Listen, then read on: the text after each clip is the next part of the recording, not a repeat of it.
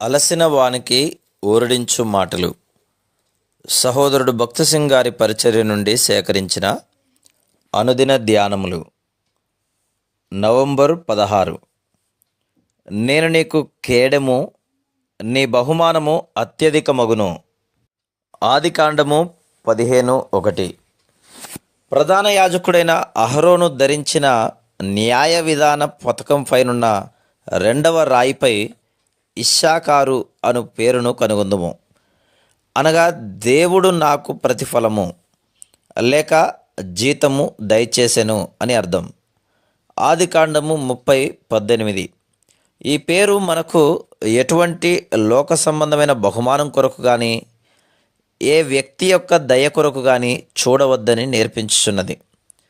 నీవెవరికైనాను దయ చూపించినను లేక దేవుని గృహంలో ఏదైనా పని చేసినను ఆ పనులను ఏ వ్యక్తి నుండి ఎటువంటి బహుమానమునైనను ఆశించి చేయవద్దు. ఎందుకనగా మన ప్రభువే మన బహుమానం. ప్రభువునకు చేసినట్లే అన్ని పనులను చేయవలెను. కొలస్సీ 3:23.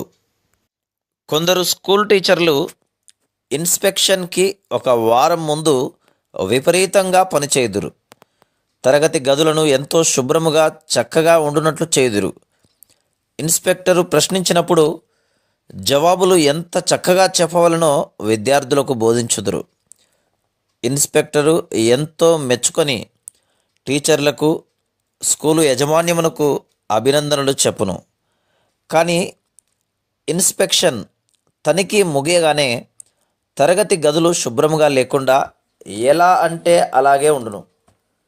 పిల్లలకు కూడా చదువు సరిగా చెప్పబడదు. కారణం, వారు చేయు పనులన్నీ కేవలం ఇన్స్పెక్టర్ని సంతోషపెట్టుట కొరకే చేదురు.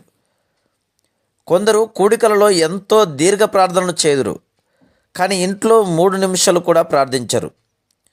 కొందరు మనుషులను సంతోషపెట్టుట కొరకే పనులు చేదురు. వారికి ఎటువంటి బహుమానము ఉండదు.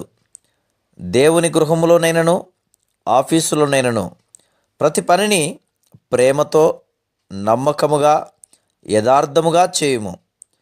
చిన్న విషయములలో కూడా నమ్మకముగా ఉండవలనని తెలుసుకునము. లూకాసు సువార్త 16:10. మనము ఏమి చేసినను ఏమి పలికినను దానిని ప్రభువు నిమిత్తమేనని, ఆయన నామ మహిమ కొరకేనని చేయవలెను. అన్ని పనులను నమ్మకముగా చేయవలనను కోరికను కలిగి ఉండుము. ఇది మనలను దేవునికి సమీపముగా తీసుకొని వచ్చును. Praise the lord.